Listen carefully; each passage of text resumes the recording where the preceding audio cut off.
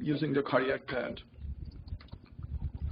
So we talked about the definition, but how do we test for the viability? Now, testing for the viability, there are several modalities we can use to identify viable myocardium. I'm just going to highlight one of the common ones because otherwise each modality in itself becomes a separate presentation. So the common modalities that can be used are echocardiography, especially the Dobutamine stress echo, SPECT imaging using Thallium mainly. You can use the technetium-based radio tracer as well. Cardiac PET imaging using the FDG and cardiac MRI. There is a literature coming out for cardiac CT, utilization of cardiac CT to identify the viability process. But again, I think it's in the early stages at this point. So let's talk about the echocardiographic viability. But before we jump into that, I think the concept of contractile reserve is everyone should understand. It's an augmentation of contractility of a severely hypokinetic or akinetic segment. That's the basis of echocardiographic assessment of viability.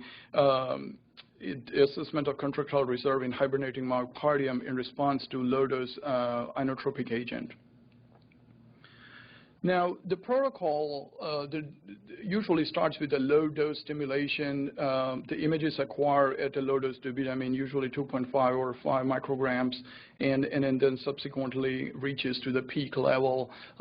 Images are acquired both at rest and low-dose and peak dobutamine dose, and images are compared. And as you can see, this chart gives you an idea about how the interpretation works. And the thing of importance is right here, where if the contractility is abnormal at rest, resting segmental wall motion, but that contractility improves at rest, at low dose with dobutamine. However, when the dose reaches the peak dose, the contractility worsens, mainly because of the coronary restriction of blood flow. So this biphasic response is the diagnostic criteria for the hibernating myocardium using the dobutamine stress echocardiography. Now, as seen in this image, the yellow arrow indicates it shows the mid-inferior wall segment at rest. At low dose, as you can see, the thickness improves. These are still images, so can't assess the contractility. However, the contractility improves with low-dose dobutamine. At high dose, there is some decrease in contractility. When the dose reaches the peak, the contractility actually reverts back to the baseline level. So that shows this biphasic response and indicates that the mid-segment is in hibernation. Compared to that, if you look at the basal segment, which does not changes throughout this process, suggesting infracted myocardium. So some of the advantages of dobutamine stress echocardiography, it's readily available, no radiation exposure. It is more specific than SPECT, which we'll talk about in a minute. There are other useful information like wall thickness, LV diastolic diameter, LV ejection fraction we can get from the echo. The disadvantages has to do mainly with the image quality, which is dependent on the patient's body habitus, lung disease, etc. Sonographer's experience is also very vital to this technology. It is lower in sensitivity, and it's contraindicated in patient who has tachyarrhythmia or uncontrolled hypertension. The other modality is the SPECT viability. The viability characteristics depends on the regional perfusion and cell membrane integrity. The most commonly used radio tracer for SPECT viability is Thallium. You can use technetium. Thallium is a potassium analog which requires active sodium-potassium ATPase-dependent channels across the cell membrane for the uptake. So if there is an uptake into the myocardial cell that establishes the functioning ATPase channels, in turn establish the viability. Redistribution properties of thallium is very important for assessing myocardial viability. Now, this is the picture of thallium viability scan. This row represents the resting thallium imaging, and the bottom row represents the delayed thallium imaging. The delayed imaging can be performed at 4 hours or 24 hours, and as you can see that compared to the resting imaging, there is a clearly significant redistribution of thallium in delayed imaging, indicating a viable myocardium. The advantage of SPECT viability is SPECT testing is available very widely. It's part of the, you can use this as part of the routine stress rest protocol as well. It's more sensitive than Dobutamine stress echo. The disadvantages is the highest radiation exposure among all the technologies that we can use to assess the viability. It's prone to attenuation artifact, and the biggest thing is it's an all or none interpretation. Basically, you can get an idea about whether the myocardium is viable or not. Extent of hibernation or viability is something that you cannot determine, and that results in a lower specificity. The third modality is a cardiac PET. So cardiac PET requires a combination of resting myocardial perfusion imaging using the rubidium or N13 ammonia, and metabolic imaging with FDG. FDG is a glucose analog. So there is, if a study proves the FDG uptake into the myocytes, then it's established that there is a glucose metabolism present in the myocyte, which can only be happening in a living cell because the dead cells don't eat.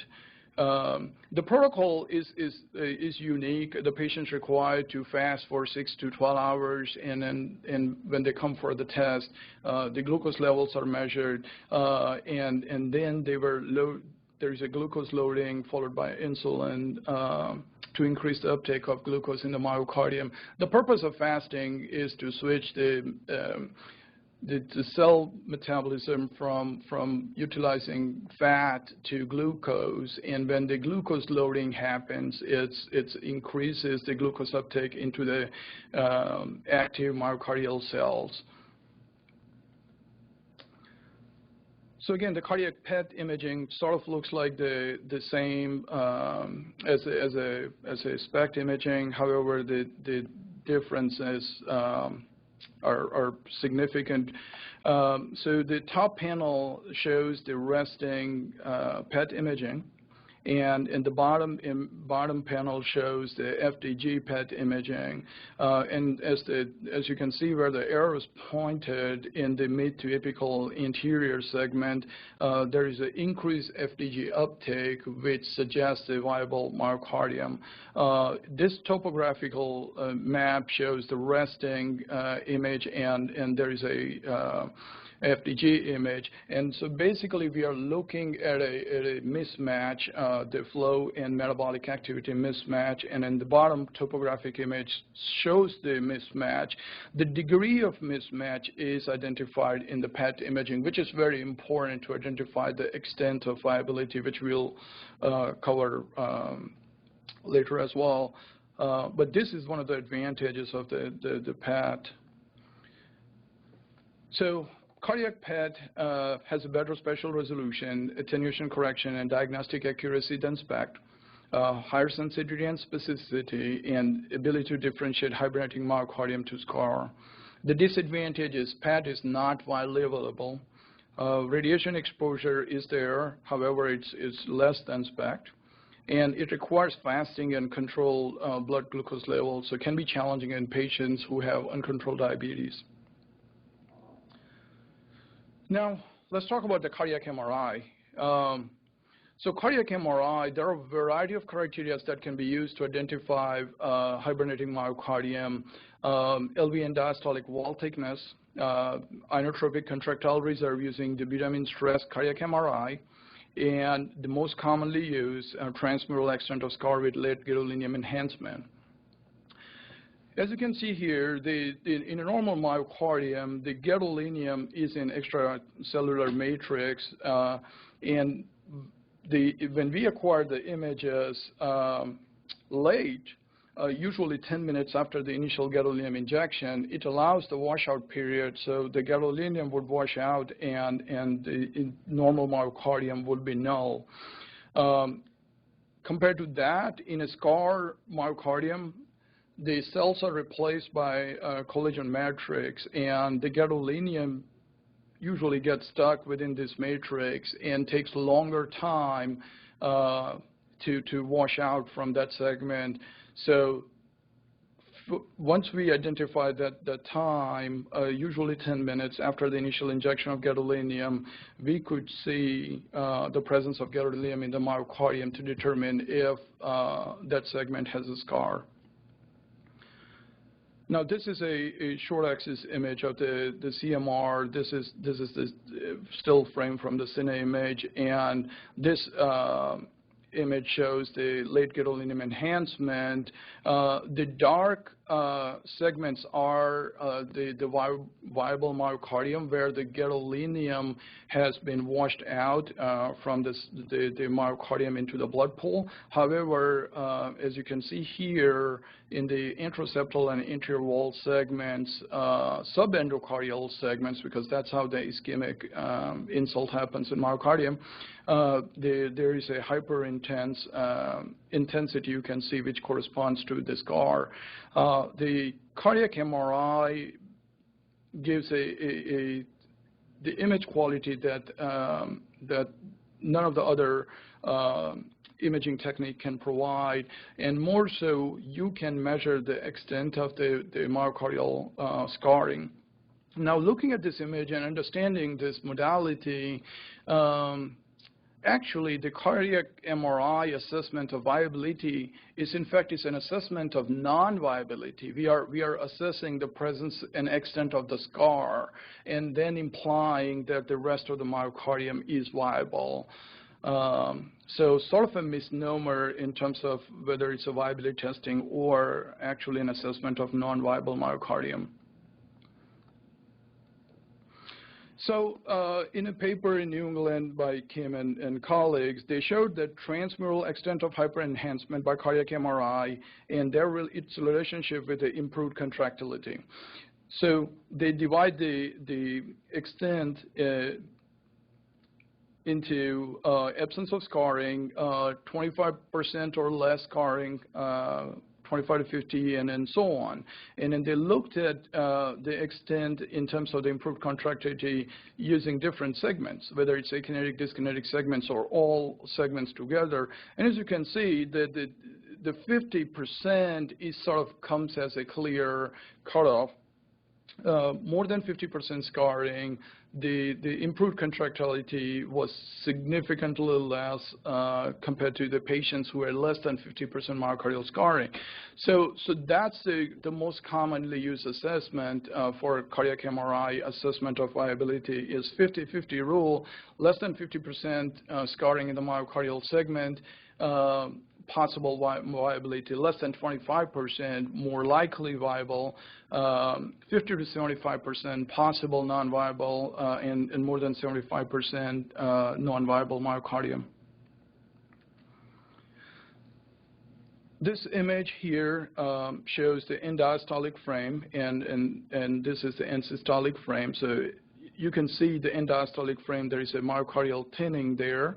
The bottom panel shows delayed enhancement, and you can see a thin line of subendocardial scarring. Now, you can visually appreciate that the endocardial scarring is about 25% of the full myocardial thickness, suggesting myocardial viability. Now, this patient underwent revascularization, and now this panel shows the post-revascularization wall thickening in diastole and in systolic phase, and it shows clear improvement and regain function. So advantage of cardiac MRI, high-resolution images, high sensitivity and specificity, no radiation exposure. It's a gold standard for volumes and EF assessment, so that's an important information that we can get from this study. Ability to evaluate the extent of transmural scar, again, very important, not just the presence of scar, but how extensive the scarring is. Assess the contractile reserve with low-dose dobutamine stress. It's a very interesting concept. Like I said, the cardiac MRI assesses the presence of myocardial scarring, and if there is no scar, then we assume that the myocardium is viable. However, we have not proven any potential benefit of revascularizing in terms of the functional improvement. Studies have shown that indirectly. However, you can perform a low-dose dobutamine stress paired with the MRI and show that the viable myocardium, whether it has contractile reserve or not. And then combining those two, not only proving that it's viable, but viable with contractile reserve has a better outcomes in terms of the improving contractility and ejection fraction. Simultaneous evaluation of other etiologies for cardiomyopathy is also possible, mainly the infiltrative cardiomyopathy by CMR. The disadvantages is CMR is not readily available. Image quality depends on the breath holds and EKG gating. Usual MRI contraindication includes the presence of ferromagnetic metal in patient's body. Contraindication, the contrast contraindication in patients with advanced renal disease, well known. So these are some of the different topics. There are other methods which can be used to assess a cardiac viability. Includes the echocardiographic perfusion imaging, which was a big deal back in early 2000s. Strain imaging is coming up. There are different radiotracer is being studied for assessing myocardial viability. There is a CT imaging being considered for myocardial viability, and especially useful as considering the CT imaging is widely available. So there is a lot of ways you can assess the viability. However, currently these are the methods that most commonly used. Now, what's the best method? Like, what do we need to do? Now, simply speaking, the best test is the one that's available to you that you should consider. If you have an option to perform all kind of viabilities, at Erlanger we do MRI cardiac viability, but we do not do PET viability currently. So our options are limited to dobutamine stress, SPECT, or cardiac MRI. So now comparing the imaging modality, it's a tricky situation. Romero and group did this meta-analysis by pulling the data from 105 studies, about 3,000 patients. Now, the biggest caveat to this comparison is that all these studies are done in different decades, different time, different machines, different technology, different readers. So there is no quality control done with this study. However, that sort of gives you an overview of what's going on with each technology. And even though those limitations are there, but this pretty much confirms what the individual studies have shown in terms of sensitivity and specificity for each technology. So dobutamine stress echo has more specificity than SPECT imaging. However, the SPECT is more sensitive than the dobutamine echo. Now, for all practical purposes, in current time, both dobutamine echo and the SPECT viability imaging is considered a traditional imaging. And PET-FDG and cardiac MRI is considered sort of advanced imaging for myocardial viability. Now, cardiac PET obviously has a much better sensitivity compared to the other modalities. The specificity is about the same as the SPECT imaging. But I think the interesting findings are here in the cardiac MRI portion. So late gadolinium cardiac MRI, very sensitive, 95% sensitivity and negative predictive value of 90%. And if you look at the dobutamine cardiac myocardial imaging, which basically assess the contractile reserve in the myocardial segment, specificity is 91% and positive predictive value is 93%. So the idea is that what if we combine the low-dose dobutamine stress and the late gadolinium enhancement into one protocol and assess the myocardial viability to improve both sensitivity and specificity of the testing. And there are some studies that have shown that actually it's much better. Again, more work needs to be done in that area, but again, it's very promising proposition at this point. So we have talked about how to define the myocardial dysfunction and hibernation and myocardial viability. We talked about the different methods we can use to identify the presence of hibernating myocardium. How do we use it in a clinical setting? So again, these are older data from Allman and colleagues published in JACC 2002. So they did the meta-analysis, 24 studies, about 3,000 patients. Overall, the average ejection fraction was less than 35%. So they simply divided the group into viable myocardium and non-viable myocardium and assess the benefit of revascularization versus medical therapy. So as you can see, in patients with a viable myocardium, the mortality rate was significantly higher in medical therapy group compared to revascularization group. So clearly showing benefits of revascularization in viable myocardium. In non-viable myocardium, the difference was not significant. So can we conclude that revascularizing is the best strategy? Probably not. However, if you ask the surgeon, they could argue that, well, there's no harm compared to medical therapy, and there's a benefit in viable myocardium, so I guess the best strategy would be revascularize everyone and treat them with medicines afterwards. Now, similar findings were also reported by another meta-analysis in 2008 by Kimisi and group. They did the same thing, 13 studies, about 2,500 patients, ejection fractions less than 30%, looking at the mortality rate in viable non-viable myocardium, similar findings. In viable myocardium, the revascularization had lower mortality rate compared to medical therapy, and in non-viable myocardium, no difference.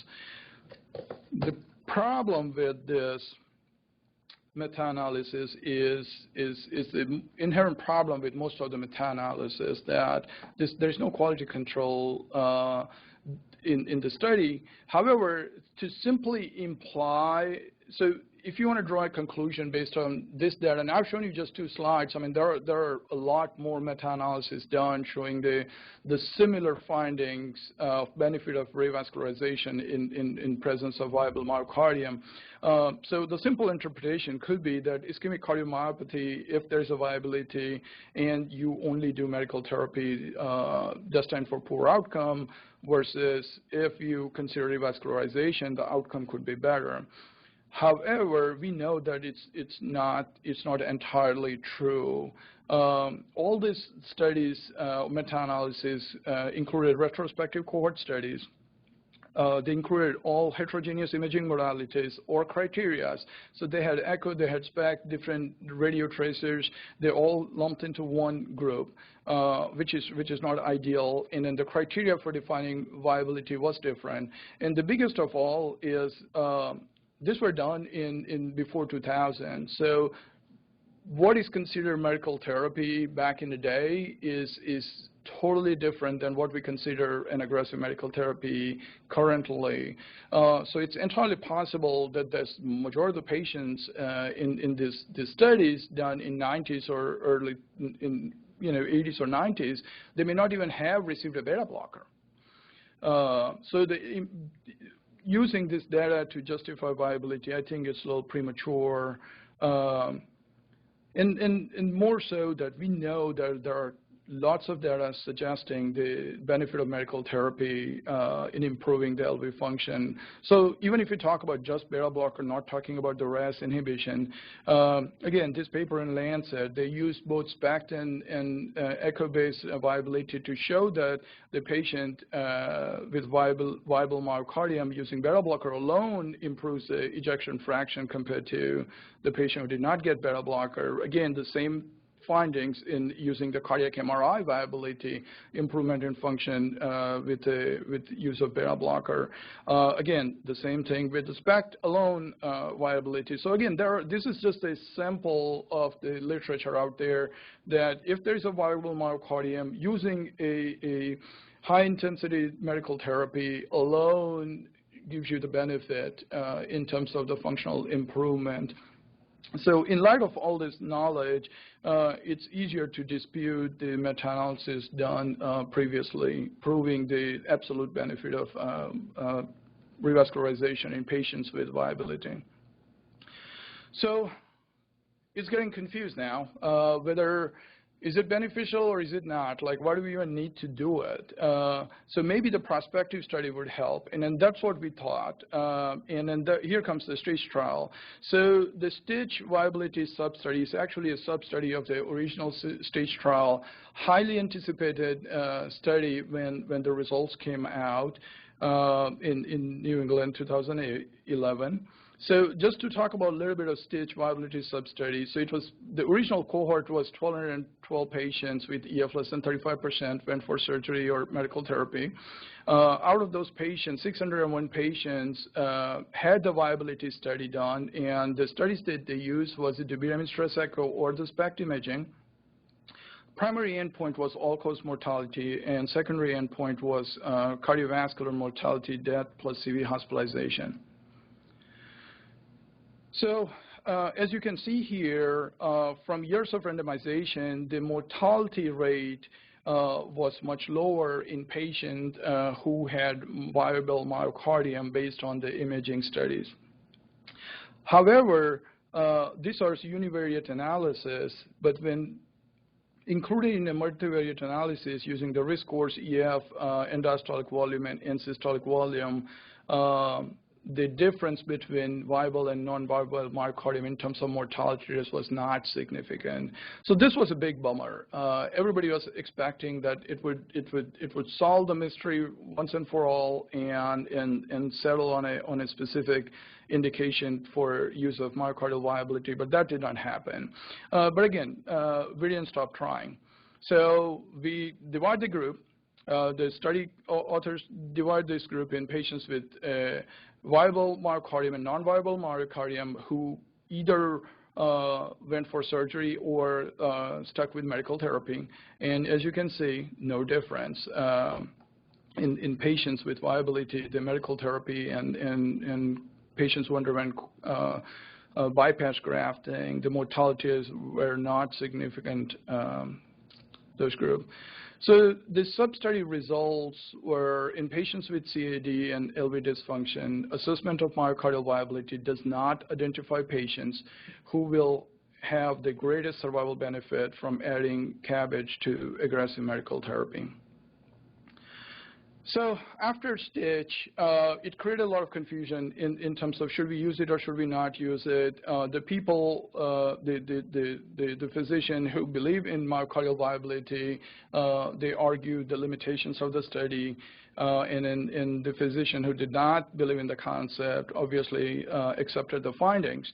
So the question was, I guess this is it, right? But no, we continue to follow these patients, and a Penza and the group published another paper 10 years later using the same cohort that they followed, and unfortunately showed the same findings, that there was no difference in medical therapy versus the coronary artery bypass grafting in patients who had either viable myocardium.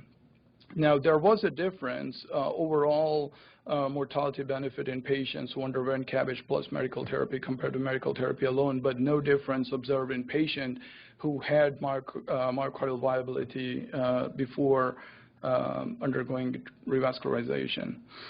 Now, the only benefit that was observed was change in ejection fraction. So as you can see, the patients with viable myocardium, regardless of the treatment option, whether they received the medical therapy or bypass surgery, there was a positive change in ejection fraction was noted compared to a patient with non-viable myocardium. So again, this sort of supports what we have seen in randomized studies before, that the viable myocardium in presence of either medical therapy or revascularization has a potential to improve the contractile function and ejection fraction in general. However, so far, based on these studies, it has not translated into an outcome difference between the medical therapy alone versus the revascularization. So the study findings do not support the concept that myocardial viability is associated with long-term benefit of CABG in patients with ischemic cardiomyopathy.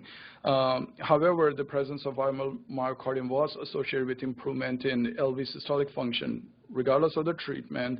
But this treatment was not related to long-term survival. The limitations, so we cannot talk about STITCH without the limitations in the study. First of all, it's not a randomized trial. The original cohort was randomized, but the viability substudy is not a randomized study. The viability was performed at physician's discretion. There were clear differences in baseline patient characteristics between viable group and non-viable group. The study had a lot of influence in terms of the viability testing as well as the management based off the results. So there was no uniform standardized guideline there. And they used the SPECT and Dobutamine stress echo, which uses a sort of a dichotomous interpretation of viability, whether it's present or not, rather than dealing with the extent of myocardial viability. So the question was that, well, what about the extent of the myocardial viability and whether a more advanced imaging would have far better in situation.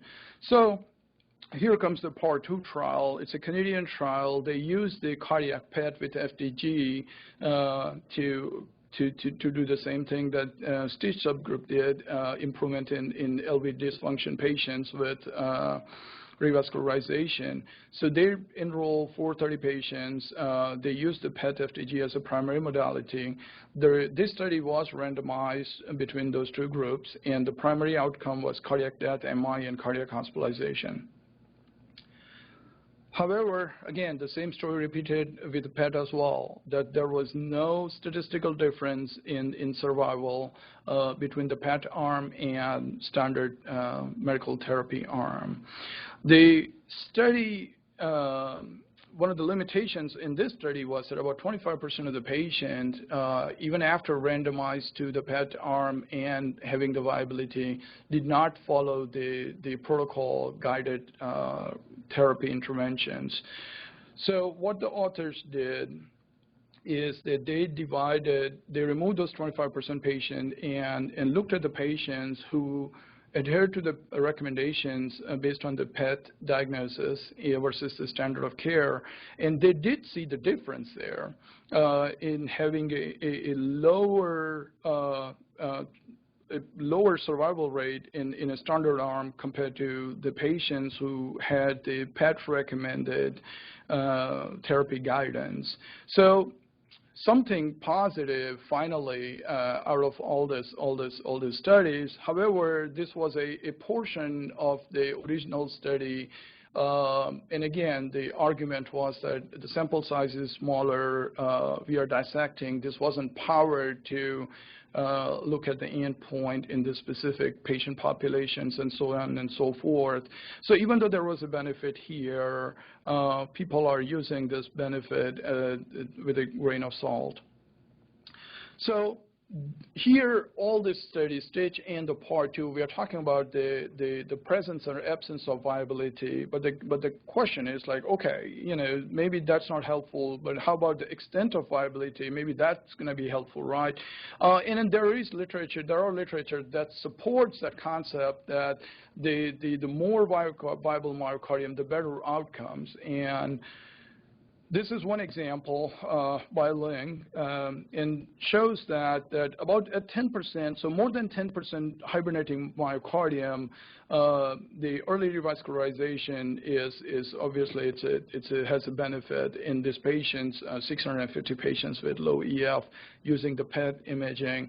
There are several other studies using the SPECT, using the Dobutamine stress echo, even though the stress echo part is somewhat confusing because the extent of viability, the implied based on the segmental involvement, which is not correct.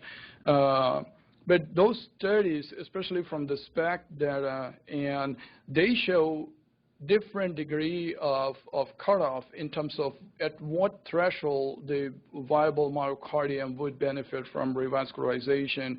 So even though conceptually and with limited data, the extent of myocardial viability does support revascularization along with the medical therapy, however, that threshold is yet to be determined.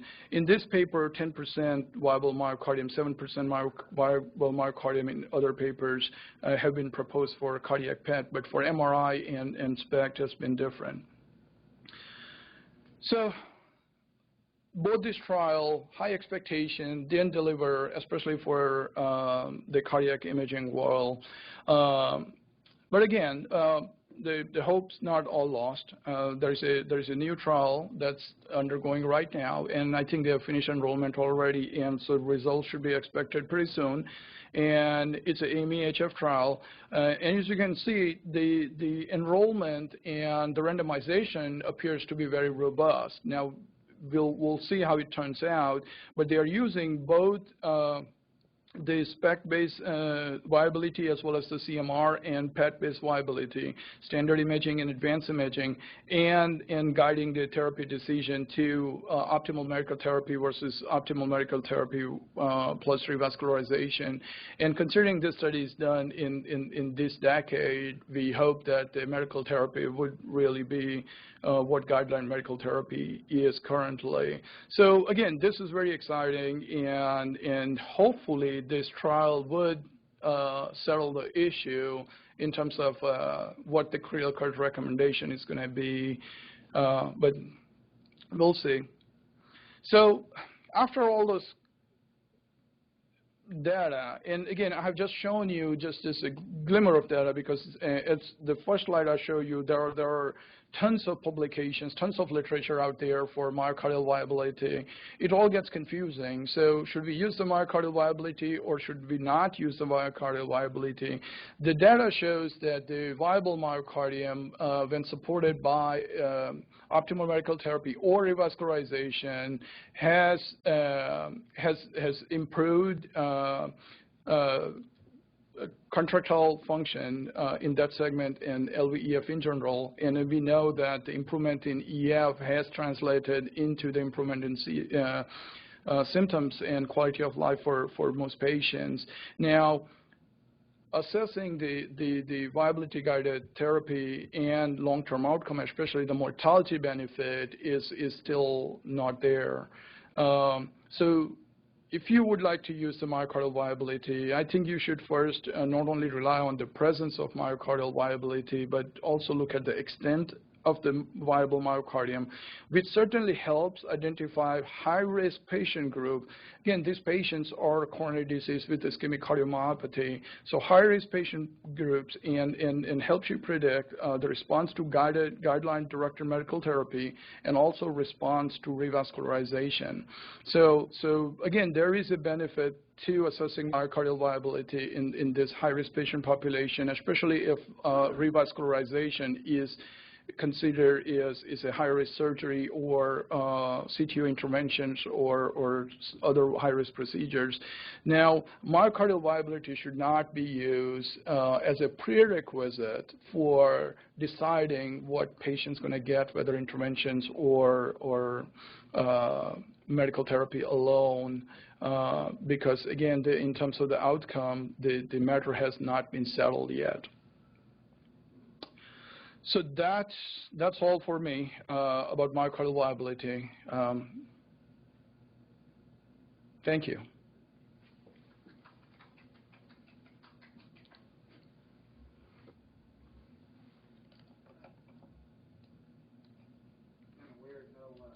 I know. The question and answers are the things that makes it a lot of fun. But yeah, it's a. Yeah. If you're looking at people have ischemia, right, and that's why you're doing this. Right? You've got ischemic cardiomyopathy. Isn't the viable myocardium? It's already survived the insult. It has survived. So how do you know whether all it would seem like you only want to revascularize at-risk myocardium, right? So some viable myocardium is not at risk. And so revascularizing it doesn't do anything. Well, so by definition, the hibernating myocardium is at rest, right? Because their flow to that myocardium is low or decreased.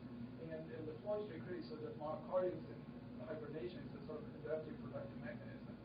And so if you have enough chunk of myocardium that's in hibernation, then the cumulative, the ejection fraction